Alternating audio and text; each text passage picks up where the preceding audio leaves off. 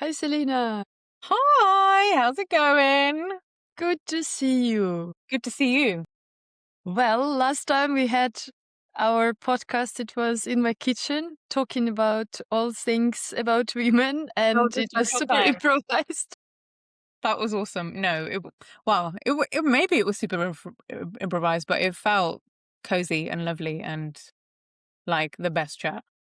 And today is very professional with a special software and effects.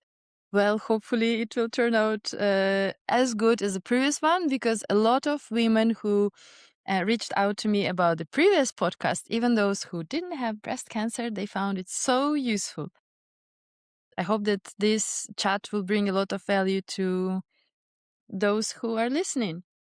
And why should it bring a lot of value? Because I'm talking with you, Selina. You are somebody who helps women get physically stronger. And would you like to explain a little bit more? What does it mean? Yes, so my journey comes from like being semi-involved in fitness most of my life, like trying to keep a fitness habit, being really bad at it, and then just getting really injured through pregnancy. Really badly injured, had a couple of prolapses, had a lot of pain, was just experiencing chronic pain. And then I'd meet people in situations whether they got injured from something or they were recovering from cancer or recovering from pregnancy. And there is no help for us. The fitness industry is built around the needs of people who are under the age of 35, who are not injured, who don't have any issues with their body at all, and want great abs and great ass. And that's what it's targeted towards. And it's not targeted to anybody over that age range in any other stage of life. And this is a crime. This is ridiculous. This is not how it should be. We deserve better. Because actually, when you think about it, like up from the ages of 35 upwards, women's hormones are shifting so significantly, and there are so many potential things that could be going on with their lives. That's probably when they need fitness more than ever.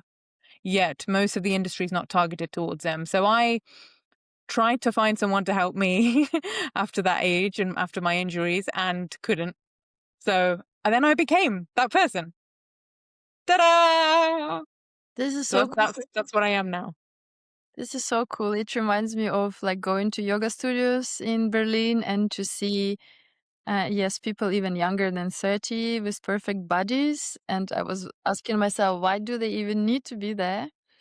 Yeah, Um, people doing cartwheels, people wearing really short tops, people exposing their bodies who are very comfortable with their bodies. And that's not everybody. That's actually not most people. yeah.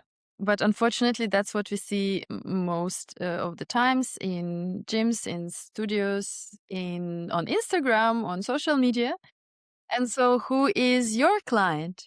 How does a woman who comes to work with you look like and feels like? So women always come to me and say, I don't feel very strong right now and I want to feel strong. So that's usually one of the first thing that comes up. They're often doing very random things in the gym. Like it's a lot of guesswork in their fitness routine. Often they'll give me a shopping list of things that they're doing. And I think that women just don't know how to efficiently use their time in the gym or even know what all of the things in the gym do. So that's the kind of woman I help. Someone who wants to get strong and who wants to do it time efficiently.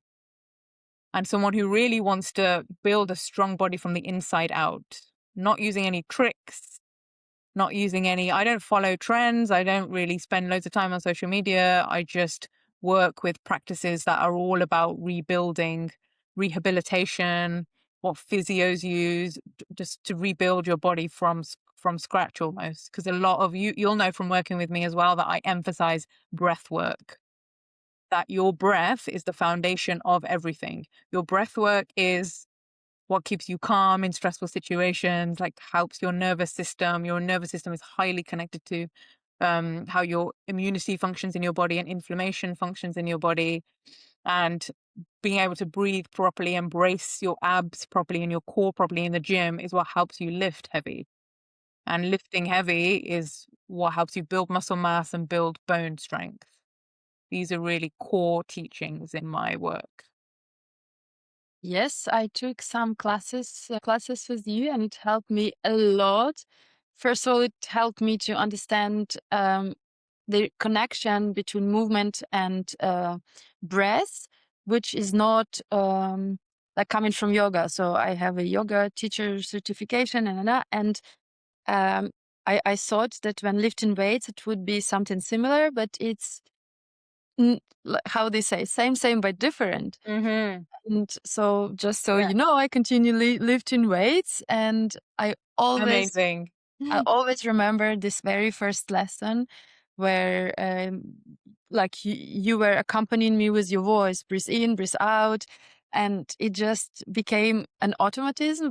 If I hear you correctly, women who come to you and ask for help with being stronger, it means physically stronger. And it also means that they are either recovering from injury or from illness, not just like, let's say, a healthy woman who just lived without exercising and then they say, oh, I just want to become stronger.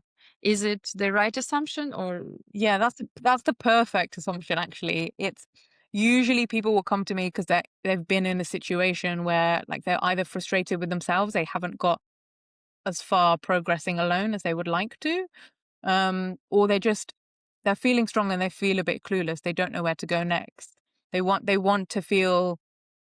to be able to say I am strong, but they can't say that. They're feeling weak internally, and they're second guessing themselves. They're feeling weak physically, and it usually happens at a certain point in our lives where there's a lot going on hormonally.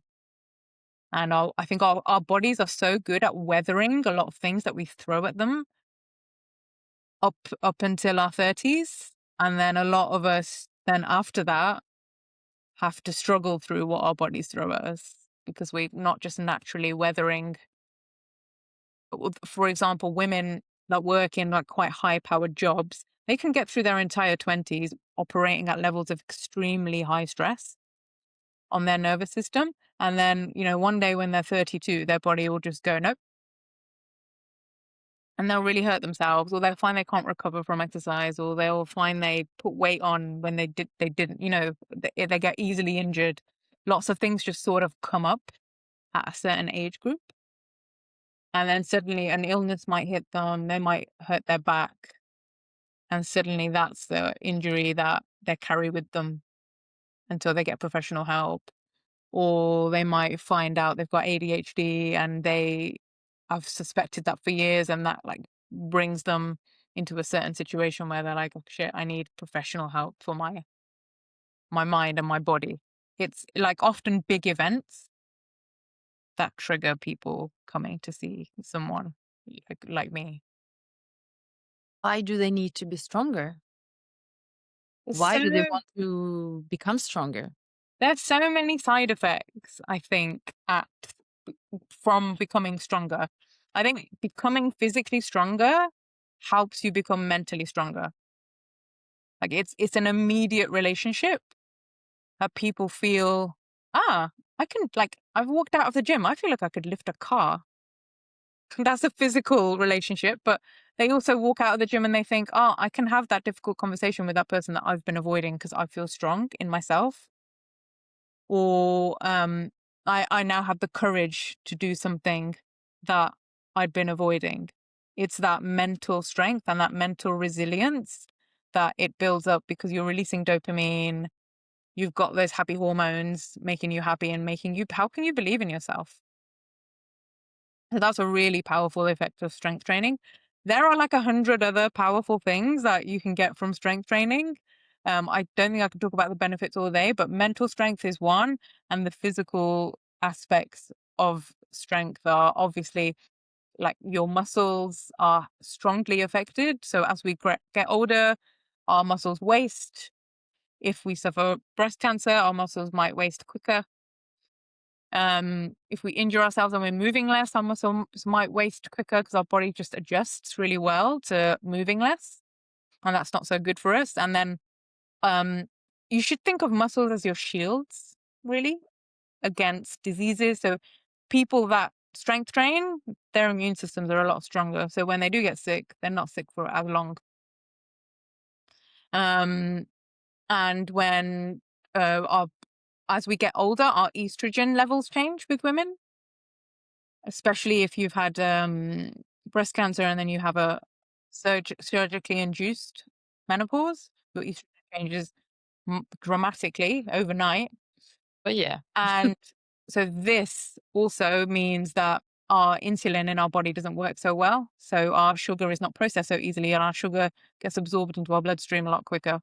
So our shields, let's say our muscles, they're giving us that protection from sugar in our bodies floating around, causing trouble. And then bone strength is the big one. So even women who have osteoporosis already, you can reverse some of the effects of that by lifting. It's not just a life sentence. You don't just have it and then you have it forever. You can lift, and you have to be lifting very carefully if you've got a history of it in your family. It's not that you just jump into lifting big weights tomorrow. You got to be doing it gradually, but it stimulates bone strength, bone growth to lift. How does it stimulate it? Can you explain a little bit in simple words? Yeah, let me think. So it's when you're lifting something heavy, if your body was a person, no, you are a person, but if your muscles could talk, they'd be going, and your bones could talk, they'd be going, oh, that was really hard. And so there's a physiological process that we've kind of evolved in our bodies as human beings. Our bodies have gone, okay, that's really heavy. Let me next time adapt my muscle and my bone so that next time I can lift up that heavy thing. It's almost like a signal to your bones and to your muscles, that heavy thing. It's a signal to get stronger. So next time you lift, it's going to be slightly easier. And then the next time it will be easier. And then your muscles will get even stronger. And then you'll have to lift something heavier. And that's the whole foundation of how we and why we strength train. It's how we're triggering that signal in our bodies. We're triggering that signal to go, hey, can you lift something heavier? Or, oh, that was really hard. And you're stimulating growth. And this is really cool because it works. We know from studying DEXA scans. So DEXA scans are the scans that you receive to actually check your bone density. And we can put like a normal bone and a strength trained bone next to one another and see that the strength trained bone has more density in it, therefore more strength. This is quite an important topic for women after breast cancer, because especially they went through chemo, bone density kind of collapses very dramatically due to chemo treatment. And then strength training is definitely helping. And I can also testify for this, because just after my chemo ended, I started boxing lessons. My trainer first started very easy, like I could not even do like 3 punches in a row, but he gradually helped me build my strengths. And then typically 1 year after you finish chemo, you have your bone density exam. My bone density was even better than before Before cancer or before boxing? cancer. Wow, amazing. So I can clearly see this from the pictures that I have somewhere in my drawer, but bone density is an important one. And speaking about signals, it's also very interesting what you said a little bit earlier, is that by being physically active, we have immediate impact on our mental state. And I would bet a lot of money to say that it's very common to think the opposite. That first we need to prepare our mind and then physical strength. Can you please just explain this connection? So if I understand right, are you asking whether a person should try and get themselves in the zone mentally before lifting? Right, because the example that you gave is really great. Like when I feel stronger, I can have these difficult conversations. When I feel stronger, I can do something I didn't imagine before. But let's say an average person in an average situation would think, okay, first I need to reduce stress in my life. I need to Mm. find more stability, and then I will do all the physical stuff, and then maybe it will be good for my body. I see, I It see. Okay. but So yeah, that's a really interesting question. I think it depends on the kind of person you are as to which way around it is. But often with loads of things in life, we are just kind of sleepwalking through it. We are we have muscle memory, which means that, I don't know, if I'm stressed, I might go to this certain cupboard in my kitchen and eat certain things I shouldn't be eating and eat a load of chocolate because it's just a reflex. And that's what I would kind of say about strength training as well, is that just picking something up on a regular basis, and even if you don't feel like you're doing it properly, you're not lifting heavy, just the automatic fact that you're just going to the gym, let's say twice a week, let's say, and just doing something tells your body to want it. Your body will miss it when you're not doing it. Yeah, yeah, they're scared to do it at first, and then they're like, "I couldn't do without this." It's kinda like a kind of very healthy drug almost, you know? Mhm. Um, and so that's what I would say is, like, just doing it, just the action of doing it, and it's also really helpful against, like, breast cancer reoccurrence. We know this, right? So we know that if you've already got a habit of lifting or of exercise, it will help you get through breast cancer. Like, commonly, ironically, you get this foggy head and fatigue with chemo, but ironically, like, moving is the thing that helps you weather it. But if you've already built a habit of moving, then it's going to be easier to move when you're in that situation. Whereas if you didn't move before, you haven't got the muscle memory of moving, it's going to be much harder for you. So this is why it's really helpful to you. It's never too late to do this, right? Like, my 78-year-old mother-in-law is now going to the gym 4 times a week. Now, I've been nudging her, let's say, to do this for a few years, and it's taken her a few years, and that's fine. But now it's happening, and it's amazing. Never too late. And she's probably in great shape and doesn't regret it. Yeah, I'm so I think a lot of women are mothers' ages. They think that because they walk a lot, that that's enough. And so I always, like, I think someone once said to me, walking is great for heart health, cardio is great for heart health, and for a longer life, and for a quality of life, strength training is what you want to be doing. So heart health for a long life, muscle health for quality of life. This is a very important topic because I know a few people around me who say exactly this. I walk a lot, so I don't need to do anything else. It's a generational thing. So there's a great book called Let's Get Physical. I can't remember the author, but it's a very unique title, so you'll find it. And it's about the history of exercise and how it's been marketed to women. And one of the things that happened a few decades ago, I think in the 70s maybe, there was a doctor who went on American television, and I was like, "You got to look after your heart." And this was post World War. So as people were coming out of the war, like before World War II, people thought, we have only a certain number of heartbeats, so we shouldn't use them up. Like, this is the thing. And then after, a few doctors who were cardiologists were like, you know what? You should really use your heart. You use it or lose it. Then that was the idea. So then aerobics and all of this running, all of that cardio exercise became a big thing. And then we go forward a few decades, and bodybuilding and Arnold Schwarzenegger has just, like, influenced so many things. And that was very niche. And then as we met more people like that were lifting weights, we understood the benefits, like the list of benefits just went on and on and on for lifting. And now we see lifting as an integral part of a healthy life. So that's where that kind of cardio to strength relationship comes from. And that's why we think cardio is the only thing in some cases, because of that history. This is very interesting, but it actually proves the point that we should use all muscles, like heart is a muscle, right? So we Yeah. also should use other muscles for the overall well-being and long life.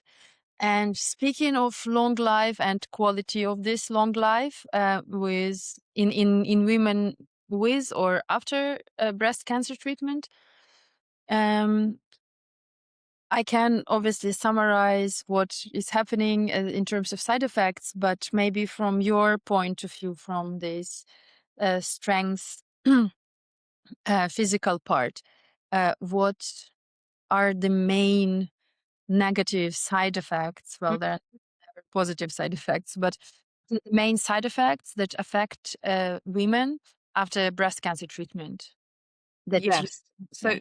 definitely it's important to prepare for when you strength train to experience like discomfort in your body in terms of like fatigue. So your body is doing something new, your heart is doing something. People get a lot of fatigue anyway from breast cancer treatment. From lifting, you may experience fatigue. So it's really important to deal with that. It's really important to get to just understand. I always advise clients on a scale of like 1 to 10. Where are you right now today? So let's say you're feeling quite fatigued. Like if you're lifting, you should get a sense of, okay, I know that like 5 out of 10 and on the effort scale is where I'm at today. So that's where you go. But let's say you have a little bit more energy and you want to go like 7 out of 10 on the effort scale. So like I try to kind of get clients to sense this while we're lifting so that when they have these side effects, they can, or they've just had a poor night's sleep, they can then judge what to lift and how much they are capable of lifting today. Because fatigue is like a genuine, you're lifting heavy, right? So it's a genuine concern. It's a genuine side effect. Another one is muscle soreness, so DOMS, as we call it, delayed onset muscle soreness. Um, and this is that signal that we talked about, that signal to your muscles saying, please, can you grow? Please, can you get heavier? That was too hard. That that soreness is your muscles going, that was too hard. So that means you push your muscles enough. So this is a big side effect, and this is why recovery is important. Sleeping enough, eating the right amount of vegetables so your micronutrients get absorbed into your body, and also protein timing. For women, protein timing is really important to ensure that you get some protein, a protein shake into your body within an hour of finishing training. That will help your body recover faster. Really, really important. So these are the main side effects, I would say, from training. That is something that's really important to be conscious of Right. in relation to managing the fatigue, particularly of breast cancer symptoms. You said something interesting about protein, that we should take protein within the hour after the training. There's probably a misconception that, yeah, I heard like floating in the air that having a lot of protein is not like makes you fat or something. Like, I don't know where it's coming from, where this misconception is coming from, but um, why do we need protein like altogether, and why do we need to take this like even in the form of shakes? Okay. Why is it important? Can you just stop here So for why we need protein is because this is the thing that helps you build your muscle and maintain your muscle the most. And it helps all of the processes, the sort of processes in your cells that helps your body work, basically. Um, so it helps with your bone strength, helps with your muscle strength. And when we lose those, then we are much more susceptible to other things. High blood pressure, diabetes, lots of other side effects happen as a result of not having high muscle mass. And high muscle mass is the thing you want to have as much as possible, maintain as high as possible an amount of muscle on your skeleton. And that comes from just eating loads of protein. It preserves your muscle. And so, and we, and that is important because after the age of 30, we just experience natural muscle decline, muscle wastage. That's just very natural. So you're kind of combating that with your protein intake. So that's really important. So doctors, longevity doctors that I've spoken with, I consult with for my guidance, are, say, 2 grams per kilo of body weight. So that's actually a lot, and that's not the common advice, but for longevity and quality of life, that's the advice. So if you're 50 kilos, let's say, that's a 100 grams of protein, 50 times 2. Um, so that, and it's important to have that in small amounts throughout the day, because that's drip feeding into your body and slowly building your muscle, right? So it's not just that you have it all at breakfast. You couldn't anyway. It's just too much. You kind of give yourself in small amounts with breakfast, lunch, dinner. It keeps you full, keeps your brain working. People have higher energy levels, they report, after having more protein in their diet. So why is it important to have protein within an hour of training? The reason is because after training, your body wants to kick off a process in your muscles called muscle protein synthesis, which is just basically like rebuild the muscle, because you've sent it a signal with lifting weights. You've sent it a signal saying, "Oh, it's not heavy enough. I need to build more muscle." So the protein is the signal, as well as the lifting being the signal. The protein is a signal to rebuild your muscle. And we have something called an anabolic window, which is a window when our body is best able to use protein for muscle building. And in men, it's a 3-hour window after exercise, and for women, it's a 1-hour window. So we have a narrower opportunity to use it. We're just different hormonally. We're different creatures, you could say, women and men. So for us, we benefit more from having it sooner. So Okay. always important to protein and some carbs in there as well. So if you had a shake, let's say with like a banana, great. Okay, so unlike this kind of myth floating around, getting a lot of protein doesn't make you like put on weight.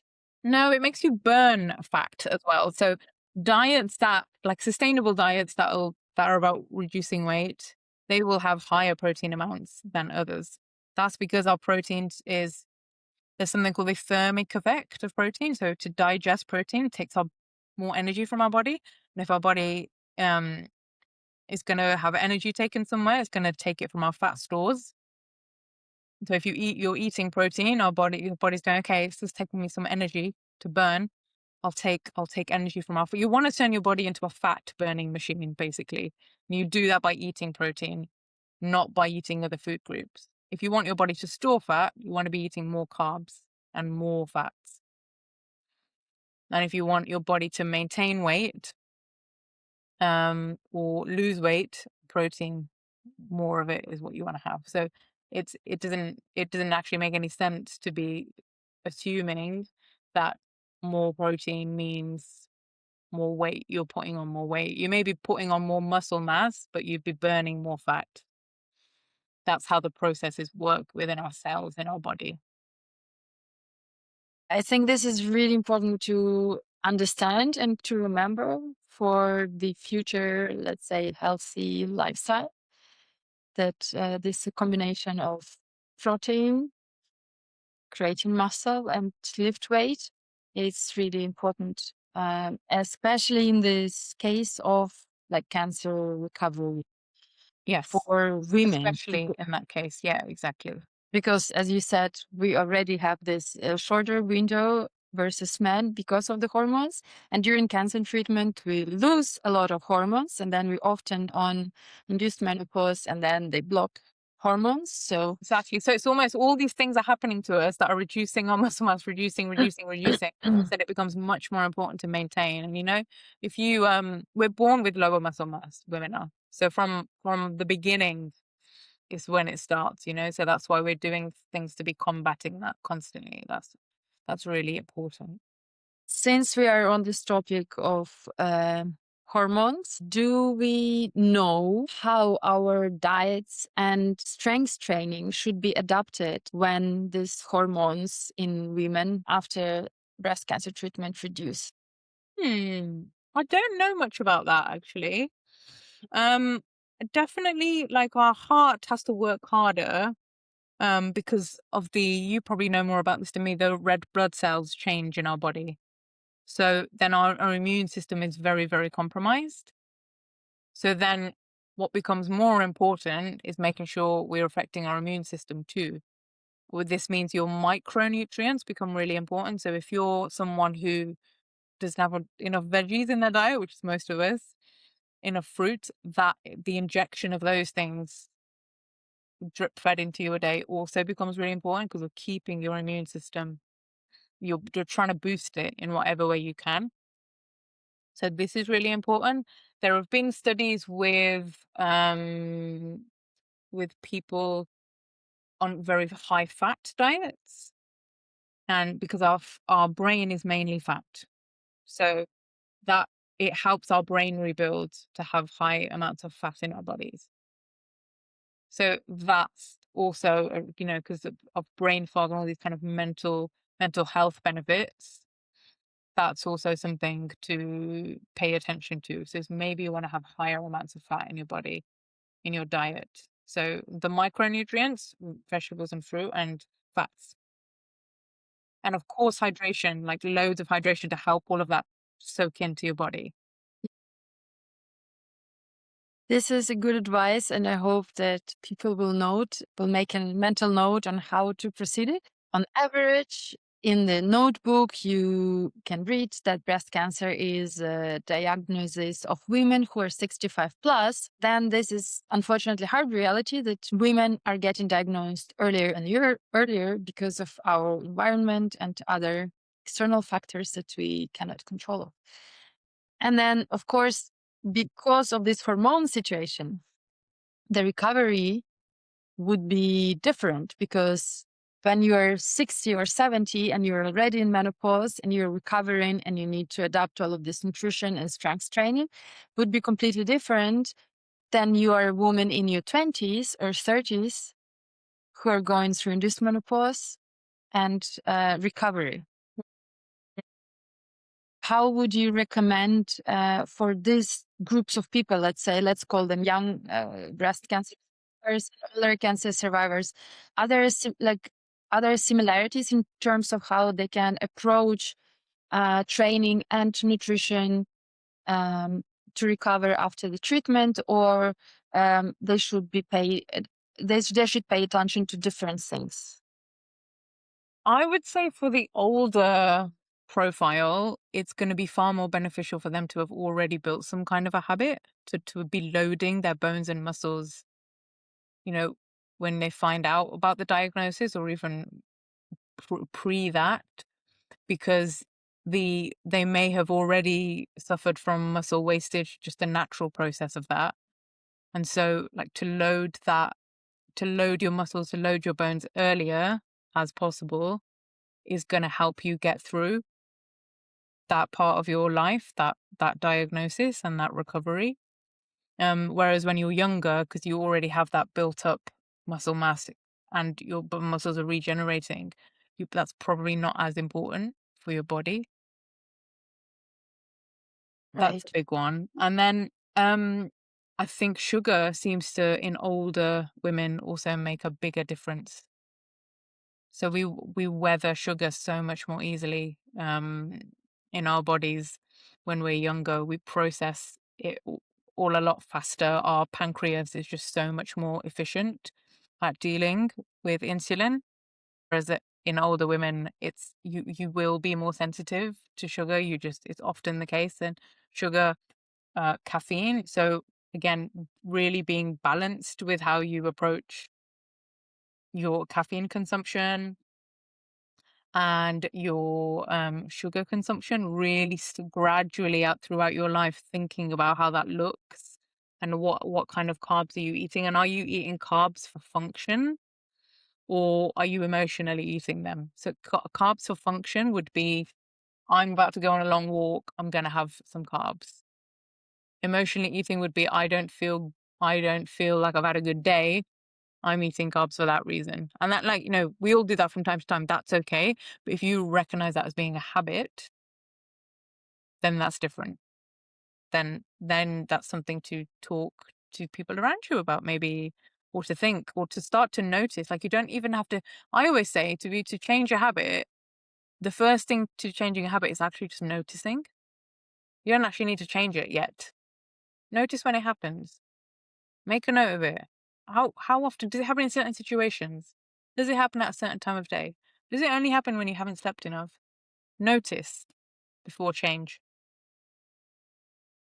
I would just imagine that you also work somehow on these little habits with your clients, Yes, helping exactly. them improve in how they address this, yeah, this, let's say, bad habits. Well, I don't know if it's the right word to call them bad habits, but Yeah, habits. Like mm, no habit is good or bad. A habit's just something you do.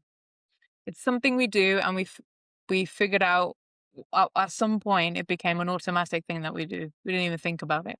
I brush my teeth every morning. I brush my teeth every evening. It's a habit.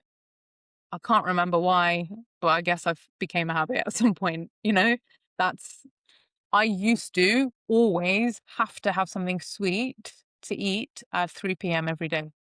I had that for like 10, 15 years of my life. That was a habit. I didn't even think about it. So that's what a habit is. Like I don't that's why I thought it's really important not to label a habit good or bad. It's just a thing that happens. okay. And then to change this habit against something else Yes. that is more beneficial for your body, let's say. Yeah. And it's also like there's loads of studies that show with this is like a little habit hack. It's much easier to, let's say, change a habit by like just attaching it to an existing habit rather than just trying to develop a new habit out of nowhere. So now, me and my partner are trying to watch less television in the evenings. So we've just said to ourselves, let's just pick 3 nights every week that we don't turn the TV on after we put our child to bed. So that's a critical thing. So that sh- putting the child to bed always happens, and then turning the TV on always happens after that. So we've now made the attachment of like, okay, we don't. So what do we do instead? We're writing. We're both writing. So that's how we've developed that new habit of writing, is by saying we don't do that thing that we used to do. When a woman recovered with breast cancer comes to you, um, like can she expect? What kind of work can she expect to get? What kind of mental state you're putting her in, etc. So it depends what kind of stage she's at, actually, I would say. So that's the kind of thing I would first get from her is just let's talk about what stage you're at in terms of your energy levels, in terms of your treatment, and just like figure out what now looks like. And then figure out where and gather as much data as possible. So if there is information about DEXA scans, that kind of stuff, that's really useful data for a personal like someone who's dealing with your strength to have. And then I tried to think about the four pillars, the fundamentals. So these stress levels, what are they right now? Recovery, what does that look like right now? What does your strength training look like right now? Does it exist at all or not? And then how do we build that? What does your nutritional profile like now? And how do we build that? So I look at those four pillars, let's say, and then figure what they are now, and then we build a plan to improve. And mainly that begins with kind of getting habitual with exercise, and with some people that is I can only do once a week 20 minutes, and with some people we're going straight into like we really need to build muscle mass now, you're at a certain age or at a certain point post treatment. So you need to have, I would always recommend at least 3 times a week you're doing something. So yeah, so work with them to understand where they are right now according to those pillars, and then work up from there. And generally we have a relationship of a few months to get them to a baseline, and sometimes we are longer than that, but just as really important is my goal to get them to a baseline where they kind of feel confident lifting by themselves and have the basics to keep them safe. They're bracing their core. They're doing that automatically. They've got that automatic core bracing and breath, which is going to stay with them for life. That's going to help them look after their body forever. I would like to ask a question about practical tips that you could give to women who are recovering from breast cancer and they want to like your clients, they come to you and they want to be stronger and they don't know where to start. Maybe you can give them 3 tips that they can integrate into their daily or weekly routines and start feeling stronger. So one would be to observe your habits, like the habits you feel like you want to keep, and if there are habits you want to build, like really observe like where in your life you may be able to pair a habit with an existing one, or are there are habits that just turn up in certain situations, like situations of stress. I would definitely say observe your habits as the first one. Second one, I'm not, I mean, must hear this all the time, but definitely walk as much as possible. So again, with fatigue levels, this can change. This can be up and down, but walking as much as possible has just so many benefits for strength, um, for your heart, of course, for your heart strength, but also in when you do build a lifting habit, and that might come later. If you already have a walking habit, walking's really good for distributing oxygen in our body and just like really helping with recovery. So if you already have this built-in recovery tool, then this is like an excellent habit to already have. And I would say like no matter where you are, wherever you start with walking, like I come across women that like everyone believes this 10K steps must be done. So that's also like a one stupid myth that I don't want to write about that soon because so many people think it has to be 10K. Been lots of studies done over longer term that show that the benefit wasn't dramatic after 8,000 steps. So I would aim for 8, and they're like 10 just as an invention. Came from a Japanese company that made these pedometers back in like decades ago, and they were trying to sell them. And the figure of a person walking was 10K in Japanese. So that's why we think 10K is the number because it's because of capitalism.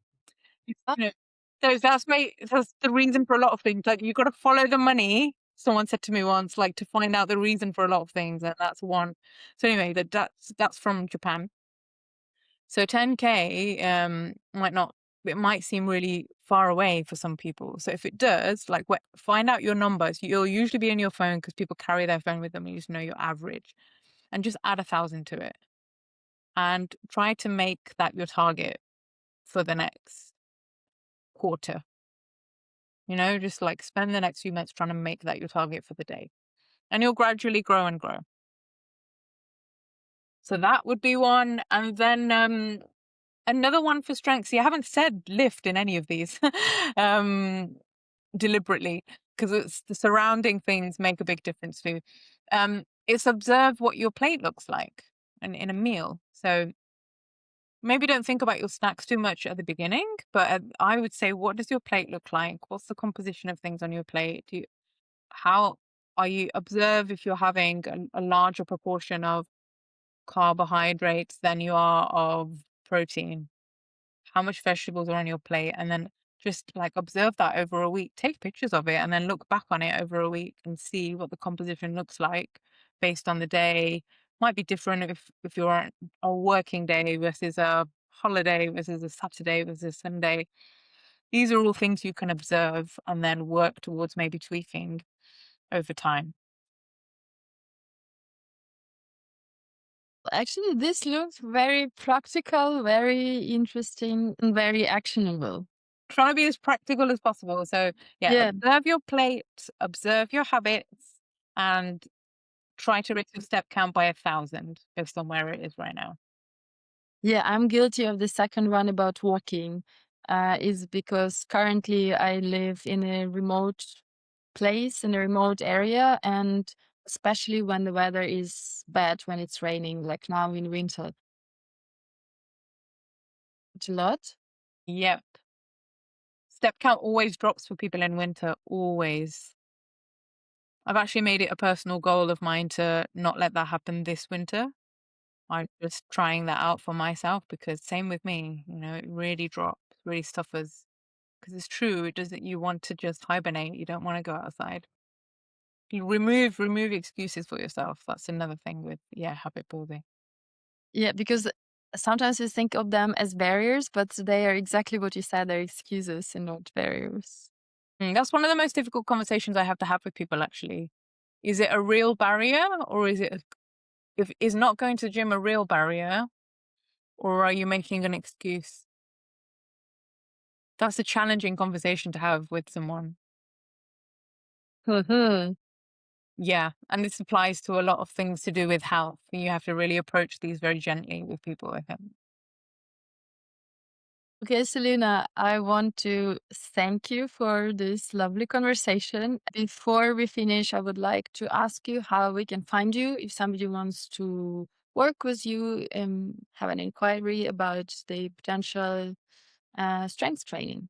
Yeah, sure. So best way is through my website, health with Selina, all one word.com. That's where all my resources are.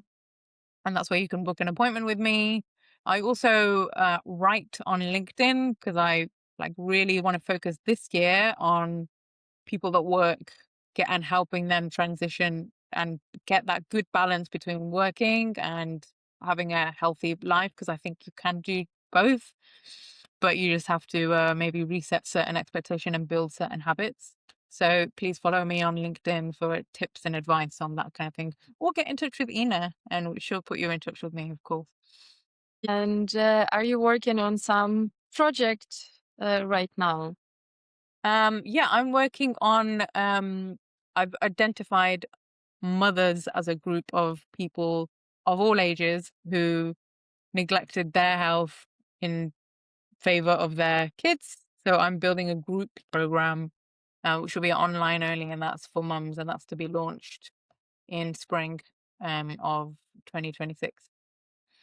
But keep an eye out for that. Okay, and so will you announce this also on your website? And on social media. I'm also on Instagram. I don't spend loads of time there, but yeah, I do post on there occasionally. So you can find me there on Instagram at Health with Selina also. I just want to wish you all the best with your program. Thank you, Selena. Thank you so much. Phew, it was a fun chat. And I see you soon. Bye. See you soon. Bye.